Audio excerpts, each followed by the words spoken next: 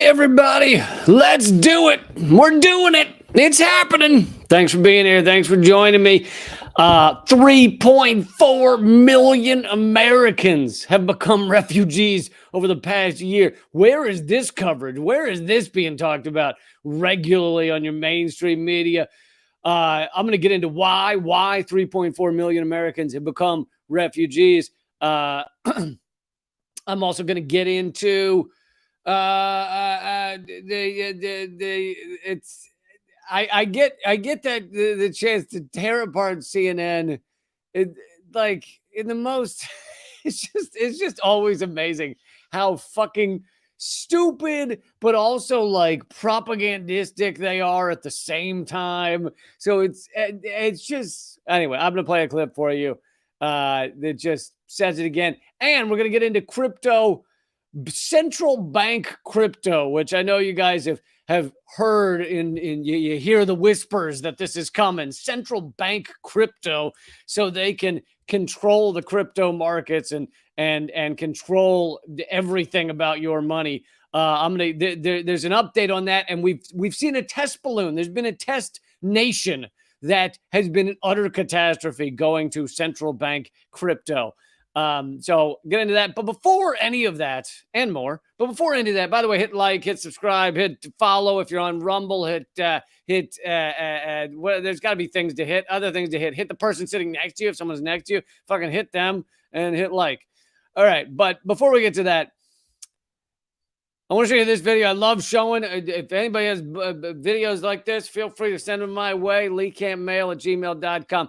Videos of activists standing up and yelling the truth, not just yelling bullshit, not just saying, oh, you fucking shithead, but yelling the reality at our politicians, at our ruling elite, because they come across them in public for one reason or another. Sometimes it's planned, sometimes it's not.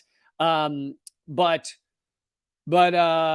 this is Joe Biden ate in a restaurant. By the way, he just gave a surprise visit to Ukraine. You know, it's always important to check on your proxy war. I've always said that. It's like a chia pet. You can't ignore your proxy war. You got to go. You got to check in every once in a while. Give it a little pet. Sing a little song. You know, pet the top of Zelensky's head. Say, hey, how you doing? Make sure he's watered well, that kind of thing.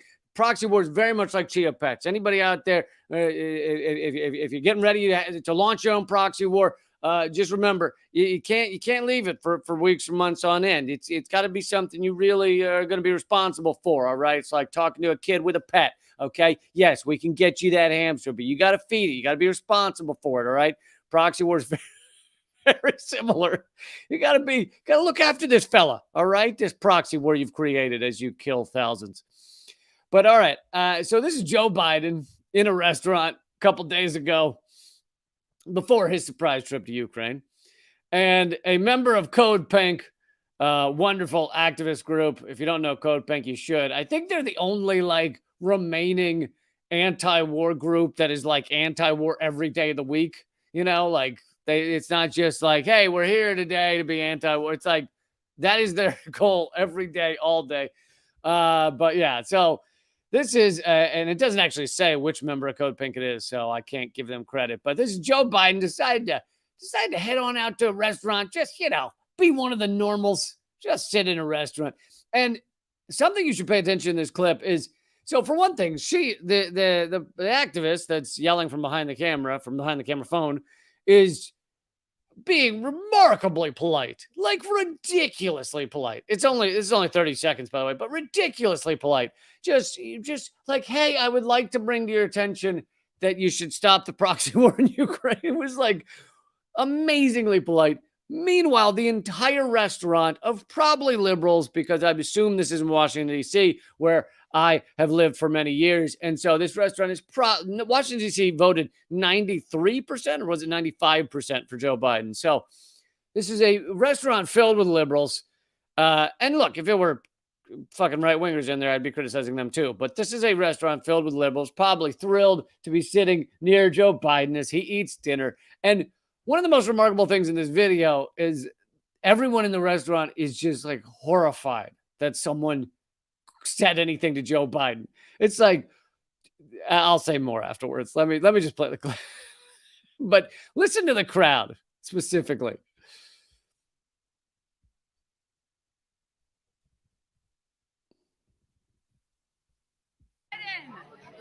President Biden, I hate to bother you. We need to end this war in Ukraine. We need to push negotiations. I hate to bother you, but people are dying. And we need to end and lift the blockade in Cuba. Please take Cuba off the state side of the terrorists. Please. He's just trying to have a dinner. I hate to bother you. I'll happily leave, but I hope that we push for peace talks and negotiations and take Cuba off the state-sanctioned terrorist list. Right now? President Biden! That whole fucking restaurant was booing her for just saying, could we push for peace in Ukraine, please? Mr. President, please? Could we support peace in Ukraine? Boo, boo. Let him eat his dinner. Let him eat his dinner. Yeah, let that war criminal eat his dinner. Let that guy who's responsible for millions of deaths around the world, if you include our economic war, millions is not an exaggeration. Economic wars, millions is not an exaggeration. I know it sounds like I'm just making up numbers. No, legit millions. But let him eat his dinner in peace, okay? You don't bother that man for being there and doing all the nice things. Well, I mean, she is the most polite activist. Here's the thing. If I were there, it'd be more of, hey, excuse me, you fucking war criminal. You fucking sociopath. How's your dinner taste? Fucking sociopath. Like, it'd be more on that level. But I actually very much appreciate that she didn't go that level because it makes people actually not be able to criticize her even more. Like, she was, I hope you consider all the people dying in Ukraine. I hope you ended the blockade on Cuba. Like, totally fucking polite, friendly reminders to this war criminal. And the entire restaurant was like, boo, get out of here. Shut it, loser. We're here to eat a nice dinner and be liberal and think that Cubans' lives should be destroyed because they threw off their capitalist change fucking 60 years ago, and we're still butthurt. So we're gonna keep making sure Cuba can't get, certain kinds of food and parts and medicines, and it makes a lot of sense. We're gonna fight Russia to the last Ukrainian until we're done, until we've achieved what we wanted with this proxy war, and then we're gonna fucking throw them by the wayside. Which, by the way, if you watch my previous few live streams, we've already begun doing that. We've already begun signaling to Zelensky, and in fact, that's why Joe Biden likely went to Zelensky this past weekend. His surprise trip to check on his chia pet. That's probably what I'm guessing. I have no evidence of this other than the fact that the U.S. has begun doing this, which is signaling to Ukraine that it is time to wrap this up. Go to they're starting to signal that it's time. See where the next month or so leaves you, and then get to the peace table. Oh, all of a sudden you want the peace table, America, do you? All of a sudden, if you made sure that Ukraine not go to the peace table back in April of last year, if you went and sunk any fucking peace talks so more Ukrainians could die, so more Ukrainians could become refugees, you made sure that happened. And now, hey, wrap it up. Why are they telling Ukraine to wrap it up? Because the U.S. has gotten what we wanted out of this, and what we failed to get out of it, which, crushing Russia was definitely something we failed to get out of it, isn't going to happen anyway. So the U.S. is in a, we have gotten what we wanted, what we could get, and now it's time to wrap it up because the other things we didn't get, we're not going to get. So just amazing. But anyway, I wanted to show you that because that's how it should be for all of these fucking ruling elite.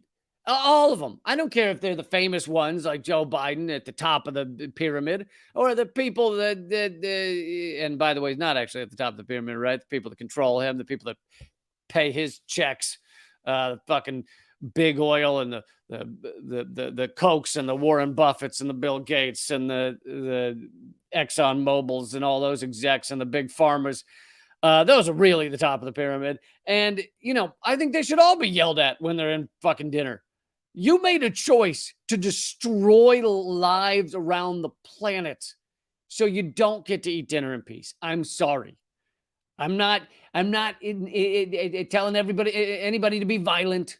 I'm telling you, fucking call them to account. Stand up. Now I realize you don't recognize a lot of these people. I don't know what the CEO of Raytheon currently looks like. Occasionally I know one of them. Occasionally I know what one of them looks like, but maybe that's what we need. We need like a scrolling thing of just photos of these people so you can harass them during their dinners at restaurants where they pay an extra $500 to have eel sperm jacked off onto their steak or whatever the hell the rich are doing now. Sorry if that was graphic, but I think it needed to be said. You gotta, yeah. I mean, I don't know what they're doing. I assume it's something like that. It's something like eel sperm, right? Can it be that? Could I be that far off? Probably not. Probably not. All right. Well, so now let's get to the headline story, the feature story. And by the way, very important, very important. I wore a vest with a t-shirt, which I feel like today for you, which I feel like is kind of like a dressed up hillbilly. This is the kind of refined hillbilly look I'm pulling off right now. And don't ever say otherwise. I did this for you, folks. This is for you. But all right, 3.4 million Americans, and actually it's more than that, and I'm going to tell you why in a minute, but 3.4 million Americans have become refugees over the past year due to extreme weather in the past year, 2022. I think that was the past year, is it? Maybe. But that's not the entirety of every American who has become a refugee. But I'm going to talk about the 3.4 million for a minute, and then we're going to go into all the others as well. So I know many of you out there may be like, he's only talking about the extreme weather, but it's a lot more than that. 3.4 million adults in the U.S. were displaced by extreme weather last year. That's 1.4% of the adult population. And that's just the adults, by the way, the 3.4 million. So that actually is not the entire number from extreme weather because they're not counting the kids. So this is 3.4 million adults that were displaced by extreme weather in 2022, according to the U.S. Census Bureau. Those findings, based on 68,000 responses to the Bureau's Household Pulse survey, are far higher than figures from the International Displacement Monitoring Center, which estimates an average of 800,000 U.S. residents were displaced annually from 2008 through 2021, including 1.7 million people. The center estimates were displaced in 2017 from hurricanes Harvey, Irma, and Maria, all rocked the country. So they're saying that this is far higher than even years when we were talking about a lot of large hurricanes. So there were years when we talked about a lot more hurricanes the last year, right? There were years when there were several large ones. And yet the number of Americans being displaced is increasing anyway, even in a year that had fewer giant, massive hurricanes. And why is that? Because there's extreme weather of many different kinds across the country. There's extreme weather of floods in areas, droughts, obviously tornadoes and hurricanes as well.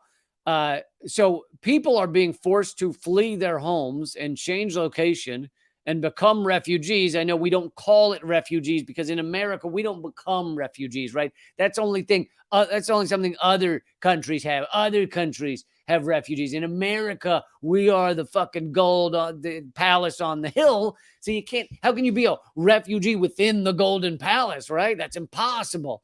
But in fact, of course, there are refugees. And just because someone goes from one U.S. state to another as a refugee does not make them not a refugee. But we don't like to use that term because of U.S. propaganda, U.S. exceptionalism. We don't have refugees, right? Even people who literally flee the country, even if there's someone who literally flees America in order to go to another country because America has fucked them in one way or another. It could be healthcare, could be racism, could be whatever.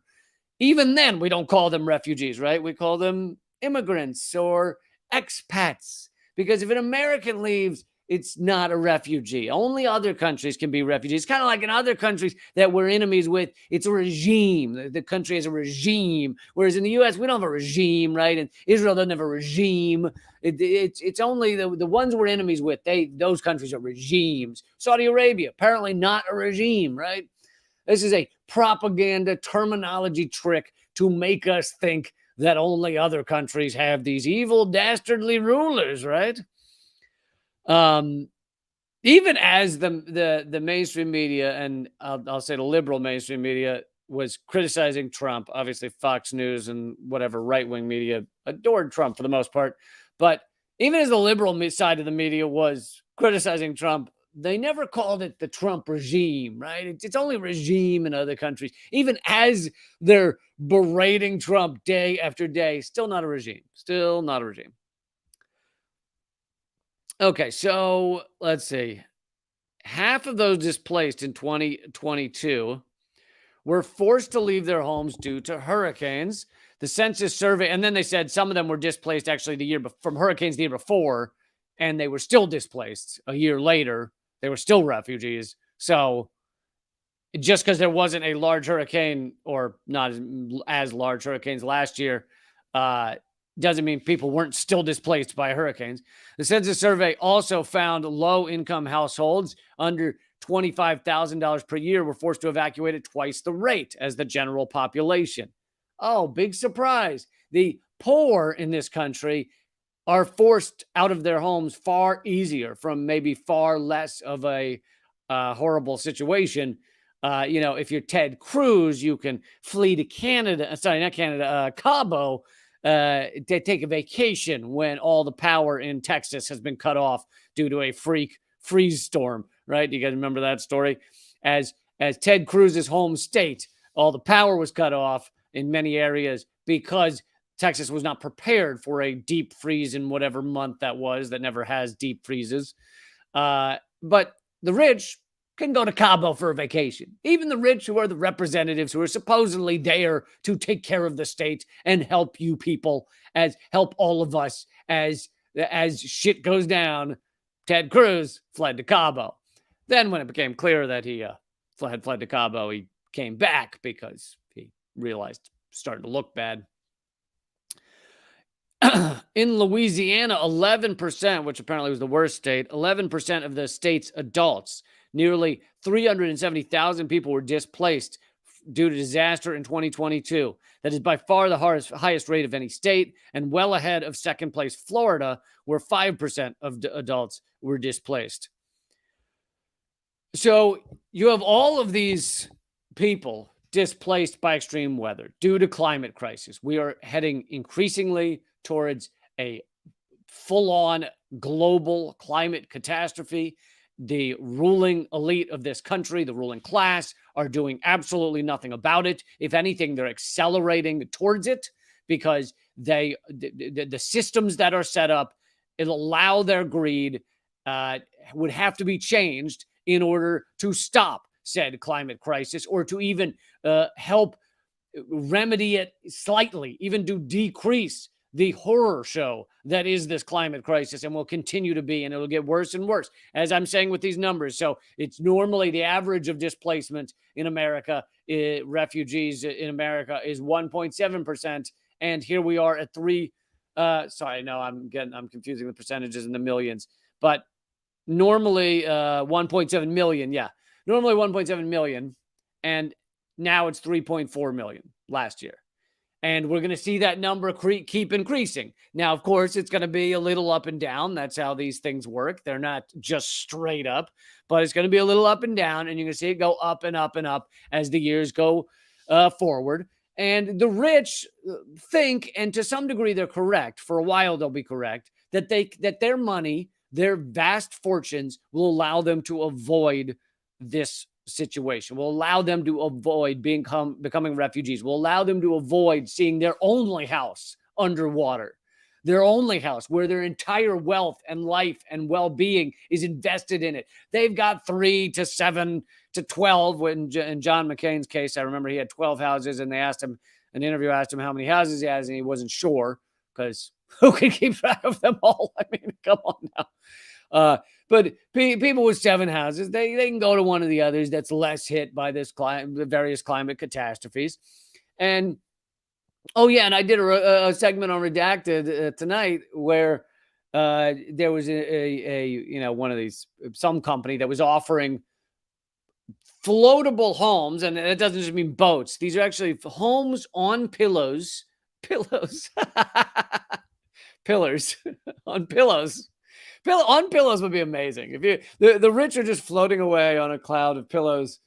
No, on pillars, in shallow-ish water, that the pillars are very high above the house, and so the house can just float and raise up with the water levels. And so the rich will just slowly get higher and higher while all of us drown.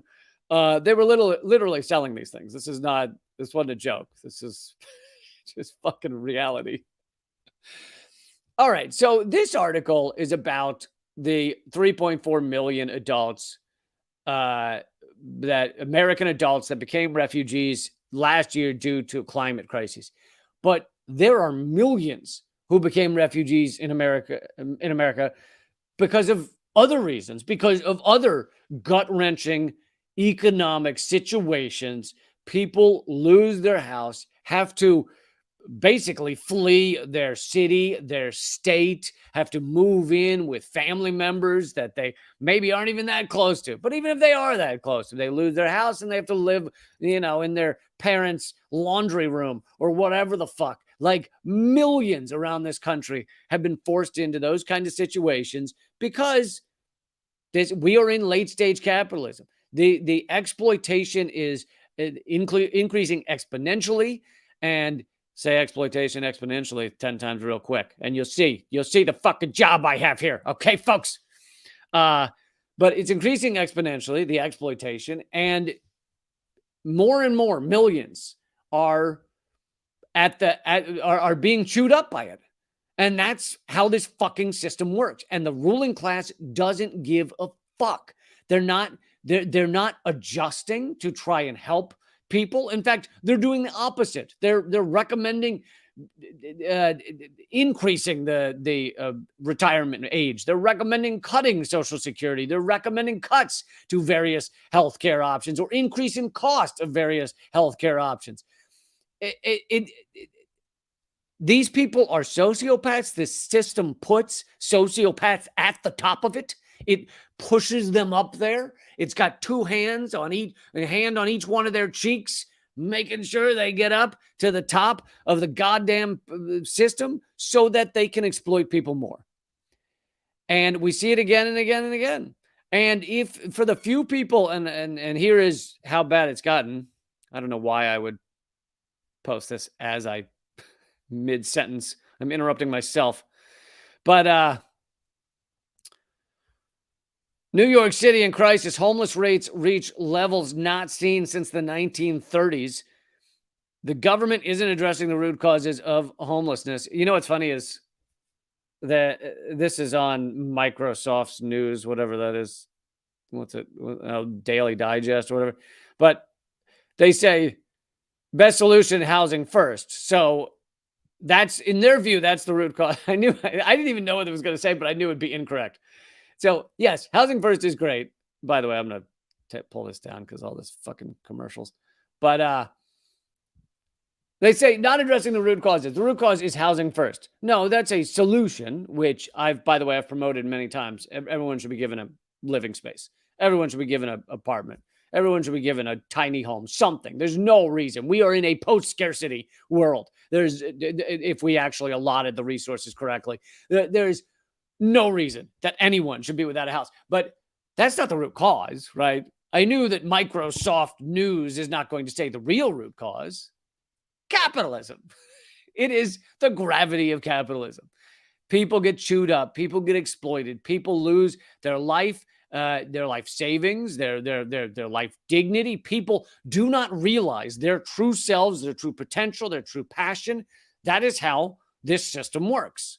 And, For everyone out there who has realized their true passion and has tons of savings and everything's going great and there's no misery or fear or insecurity in their lives, please speak up, because I'm sure we'll learn that it's just, it's almost everyone, right?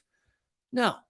Almost everyone is either struggling or has fears that they may soon be struggling, or even in the cases that they have money, have they realized their true passion, their true meaning in life? Fucking no.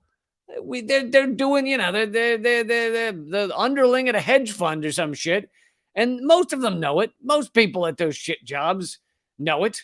And by the way, if you're at a shit job, I'm not insulting you. I'm insulting the goddamn job that we're all forced to take in order to get by in this society. So, yeah, that's the system we have. And then people walk around and going, this is the best we can do. You cannot do better than this, right? You cannot do better than the homeless rates reaching levels not seen since the 1930s in New York City. 1930s, right after the beginning of the Great Depression. So during the Great Depression. That's the homelessness in New York City right now. I hear it's pretty similar in LA as well.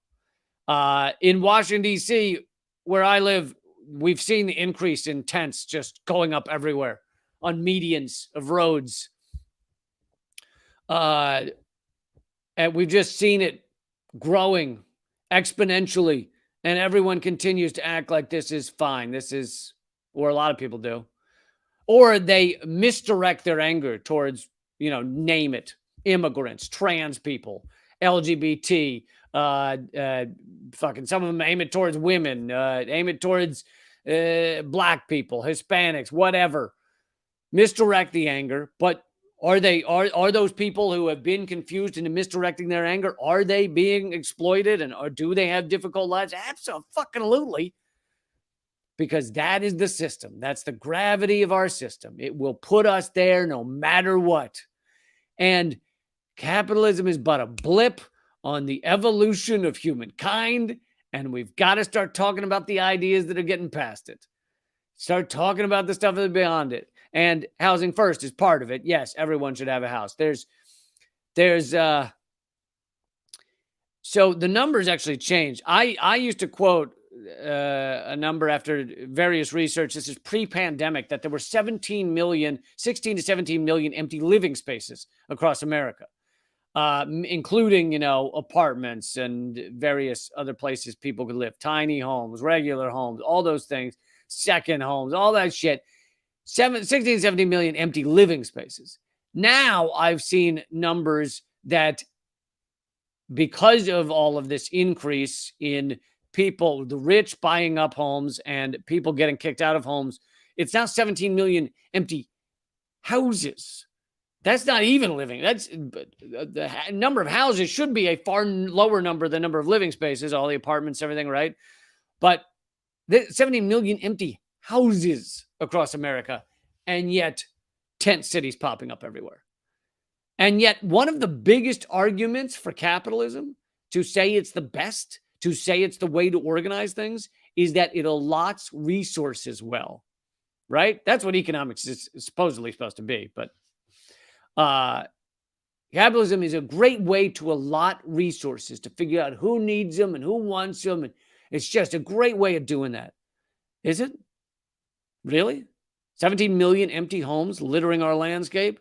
Meanwhile, millions of homeless or near homeless, or people living with in their parents' laundry room or their fucking doghouse or whatever else they got.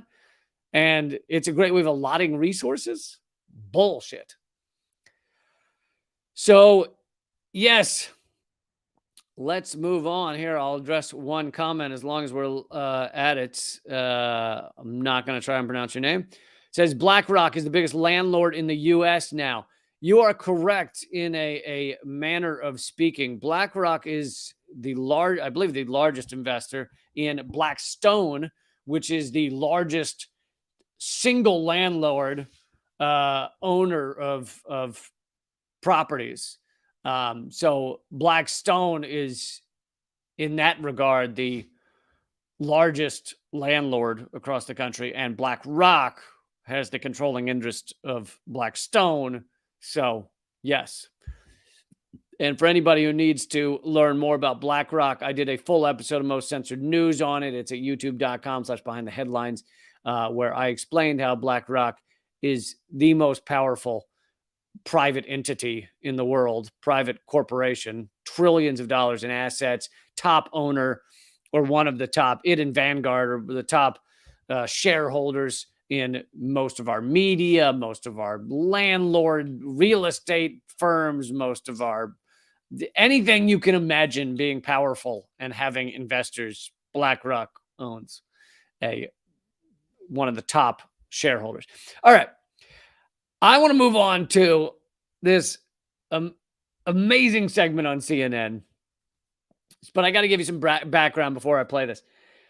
Fox News, which is always lying to their viewers, as is CNN, as is MSNBC, as is NPR, PBS, NBC, CBS, ABC. Hell, let's go CBC, BBC, all of them. Endlessly lying to their viewers. Now, sometimes they're lying intentionally as a straight up propaganda. Sometimes I think that some of these hosts and their researchers that work for them, etc., meaning the whole entity, are dumb enough to read something in Reuters and just go, that's the truth. You know, like I think that's a lot of what goes on at like John Oliver's show, and he puts out ridiculous propaganda on foreign policy or whatever, is I think that his staff, it's not that I think they are told they put out propaganda about China. I think they just read Reuters and Guardian and they go, there is the truth. It's the Guardian. The Guardian never gets it wrong. I think it's a lot of that shit goes on. But so Fox News, but what happened with Fox News recently is in this lawsuit from Dominion Voting Machines, which, by the way, our election system, one of the worst in the world. Much of it is done on black box voting machines. You can never see inside. You can never say ever whether a legitimate vote has happened. Ever. They will not show you the code. You just push a screen and you go, ha, we did it. Now, that being said, Trump's reasoning behind, my election was rigged against me, he has no evidence of that and no proof. Now, he's right to criticize black box voting machines, which he should. But so he and his lawyers, or Giuliani and whatever the other one's name was, came up with this theory that Dominion Voting, one of the corporations that owns the voting systems, rigged the election against Trump. Now, it was bullshit, but the part of it that's legitimate is these voting machines are bullshit. So he was getting towards a truth while filling people with bullshit. So he... not Trump, but his lawyers say that. And Fox News goes along with this. Well, no, the portion of Fox News. So the what they call the evening side, which is less newsy and more opinion. So the Tucker Carlsons and the others, I don't know who the other big ones are, Laura Ingraham or whoever, they went along with this charade, this theater, that Dominion Voting has been, didn't they say it was like bought by Venezuela or something? Venezuela owns Dominion Voting. Yeah, right. Venezuela rigged the election against Trump or whatever the fuck. Maduro did it. This tiny little country that we're economically destroying, they did it. They own our voting machines. Anyway, so they go along with it. So now in this court case, Dominion Voting suing Fox News for billions of dollars for defamation and libel or whatever. In it, Tucker Carlson's text messages have been revealed. And some of them are, I think, to Laura Ingraham or one of his colleagues at Fox News, show that Tucker Carlson knows it's bullshit, but he says that it's disrespectful to the viewers of Fox News to debunk the story because it's offensive to tell them they're wrong, which is like the level of mental gymnastics in that is pretty impressive. I'm going to go along with this lie, which I know is a lie because our viewers don't know it's a lie. They believe it. So it would be rude to tell them they're wrong, which, beautiful. Anyway, so he does that. But this clip is not actually criticizing him. This clip is CNN going after Fox News for reporting false news, which If you know anything about CNN, CNN reports all kinds of fucking false news. They did Russiagate for fucking 4 years.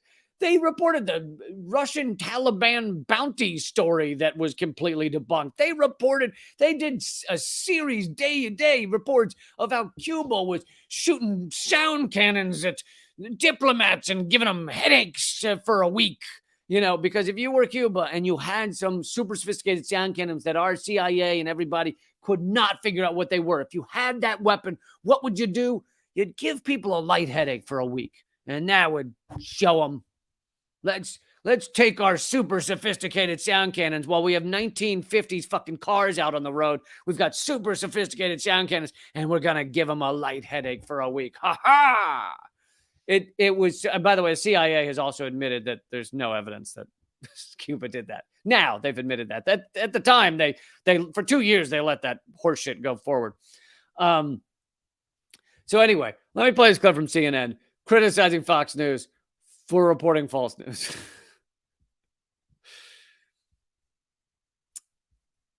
Let's see here.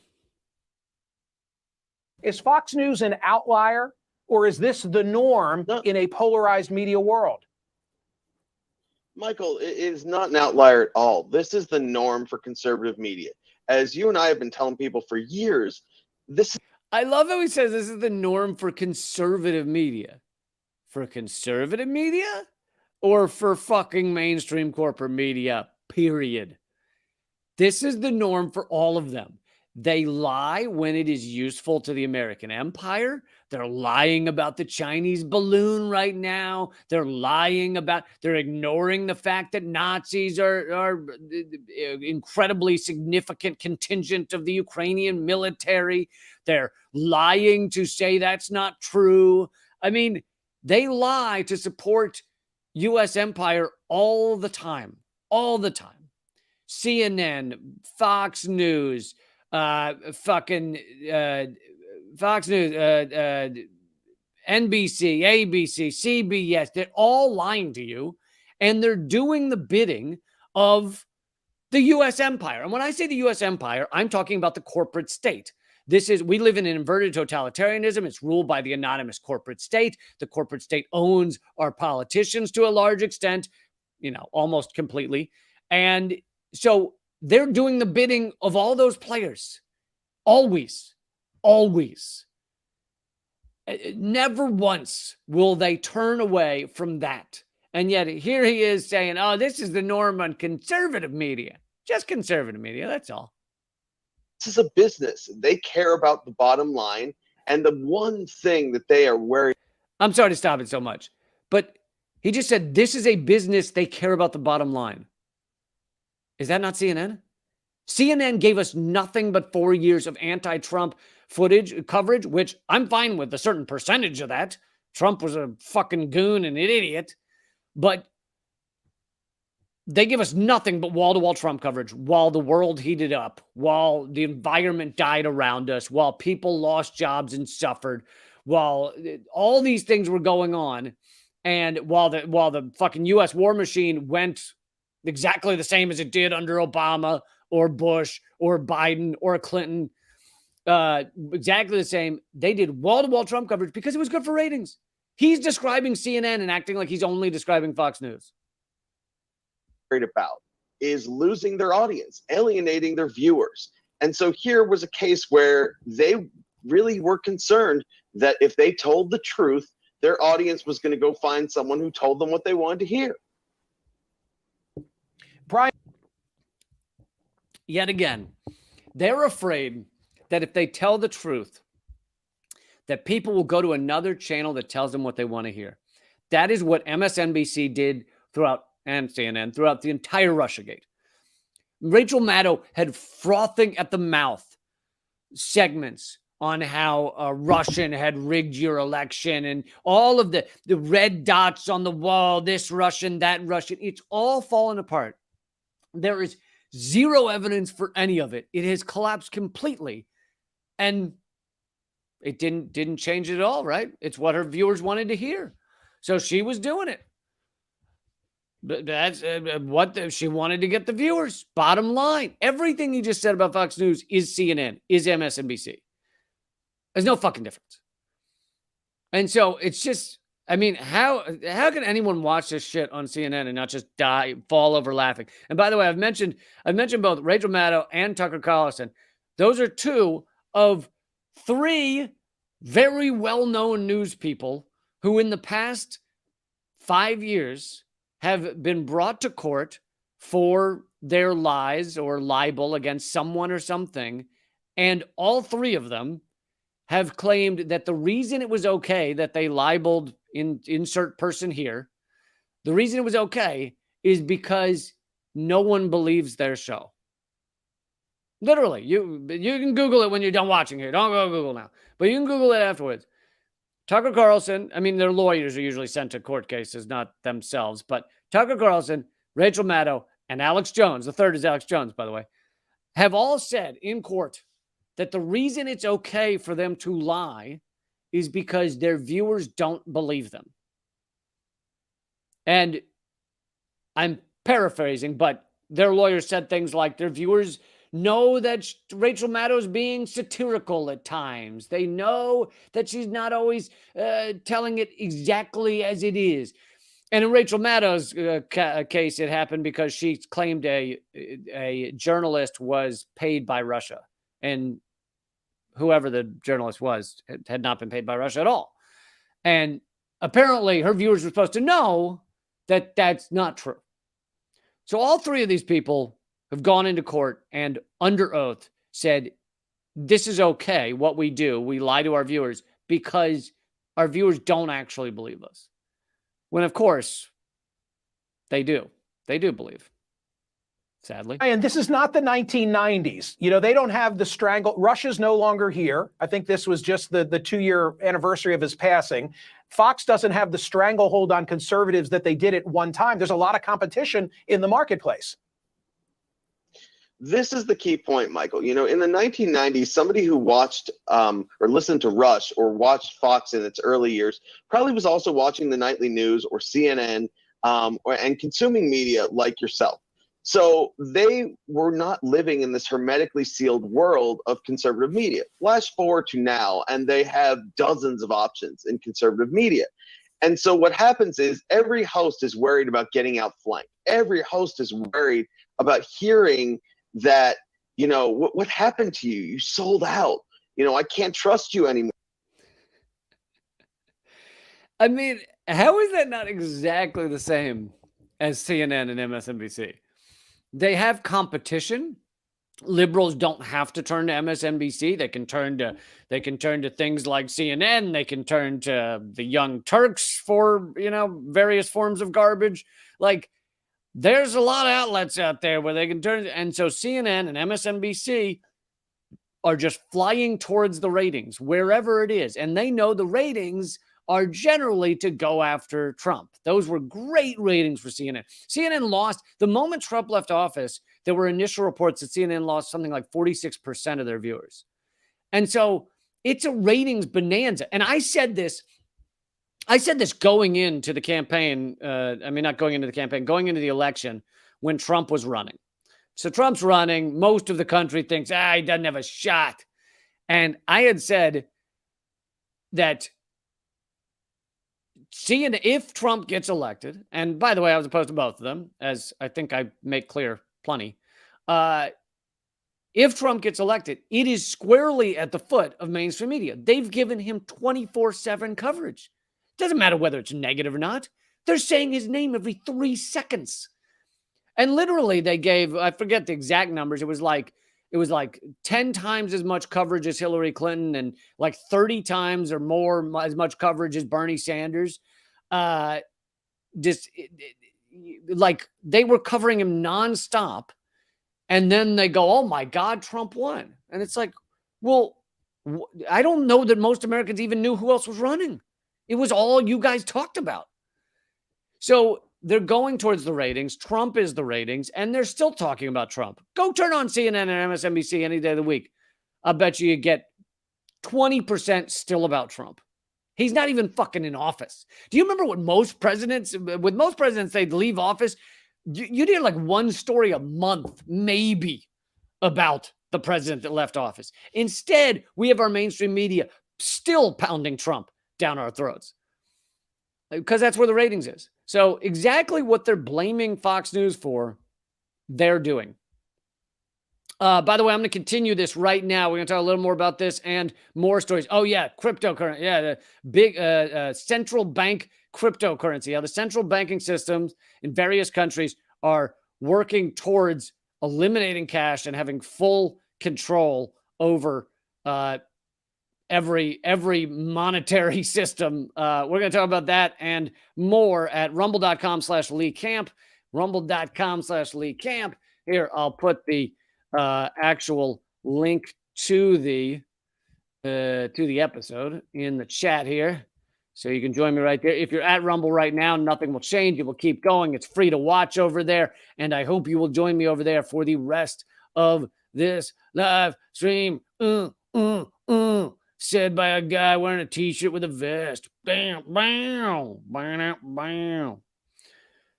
I mean, you can't get better than that. You can't.